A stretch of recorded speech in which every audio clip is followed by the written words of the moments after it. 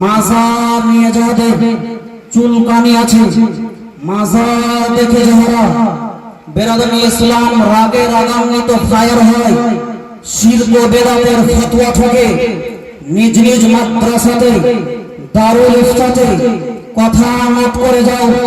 মাজার কাহার আছে কাহার নেই, হাদিস কোরআনকে স্টাডি করলে তন্ন বিতন্ন করে খুঁজলে বুঝতে পারা যাবে। ইতিহাস সাক্ষী আছে পৃথিবীতে বেরাদার নমরুদের মাজার নেই, ফেরাউনের মাজার নেই, ইবলিস শয়তানের মাজার হবে না, ইয়াজিদ শয়তানের মাজার নেই, আবু লাহাবের মাজার নেই, উতবা সাহেবের মাজার নেই, আবু জেহেলের মাজার নেই। কিন্তু ইতিহাস প্রমাণ দিচ্ছে বিশ্বজগতের সর্বপ্রথম যিনি পয়গম্বর আদম সফিউল্লাহ, ওনার রওজায়ে আনোয়ার আছে, মাজার আছে। হযরতে মুসা কালিমুল্লাহ পয়গম্বরের মাজার আছে, হযরতে ইব্রাহিম খলিলুল্লাহ পয়গম্বরের মাজার আছে, হযরতে ইসমাঈল জাবিহুল্লাহ পয়গম্বরের মাজার আছে, হযরতে ইদ্রিস পয়গম্বরের মাজার আছে, হযরতে সালেহ পয়গম্বরের মাজার আছে। বেরাদরি ইসলাম হযরতে পীরানে পীর রওশন জমি বড় পীর আব্দুল কাদের জিলানী ও গিলানীর মাজার আছে, খাজা গরিব নওয়াজের মাজার আছে।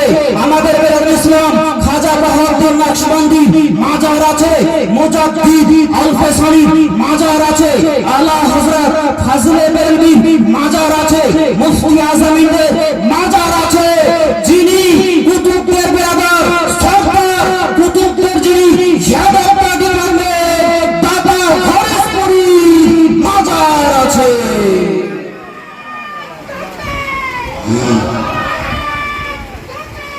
আল্লাহু আকবার।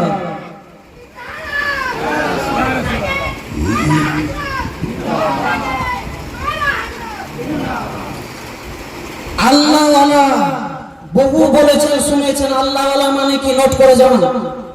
আল্লাহওয়ালা মানে কি সকাল বেলায় হরিশপুরের সরজমিনে এক নয় বহু লোক ট্রলিতে করে আলু বিক্রি করতে আসে।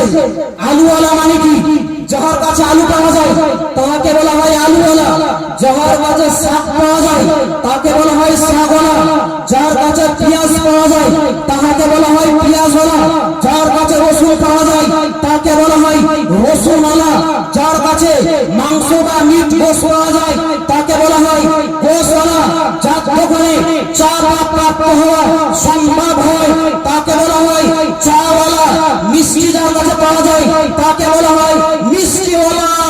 ঠিক তেমনি আল্লাহওয়ালা মানে হচ্ছে যার কাছ থেকে যার মাধ্যম দিয়ে যার থ্রুতে স্বয়ং আল্লাহর সন্ধান পাওয়া যায় তাকে বলা হয় আল্লাহওয়ালা। আধার কার্ড ছাড়া পৃথিবীতে কোন রকমের কাজ হয় না।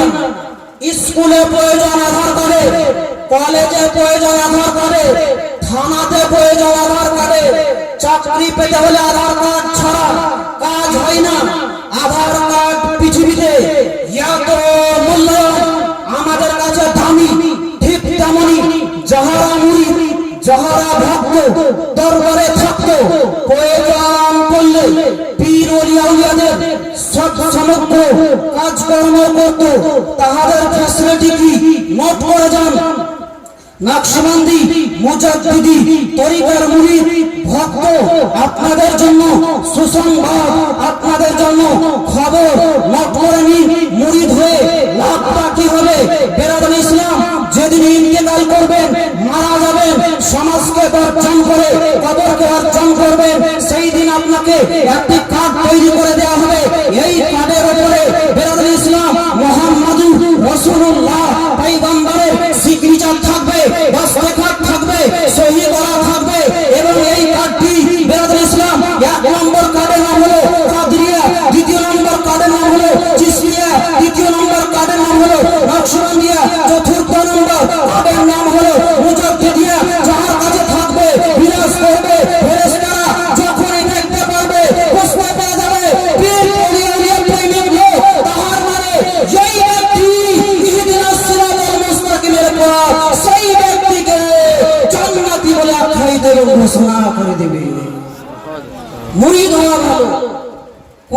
শয়তানের কথা শুনে পথভ্রষ্ট হওয়া, গুমরা হওয়া উচিত নয়। ইটের ফর্মা হরিশপুর গ্রামে সকাল বেলায় দেখবেন কাঠে চারকোনা ইটের ফর্মা মাটিকে এরকম কাদা করে শ্রেণী ভরে দিচ্ছে আর এইরকম ভাবে উল্টিয়ে দিচ্ছে, আর ওতে লেখা আছে HERO হিরো। একটা ফর্মাই যথেষ্ট লক্ষাধিক করোড় হাজার হাজার বেহিসাব অগণিত ইটে বেরাদার হিরো কথা লেখার জন্য একটা ফর্মাই যথেষ্ট।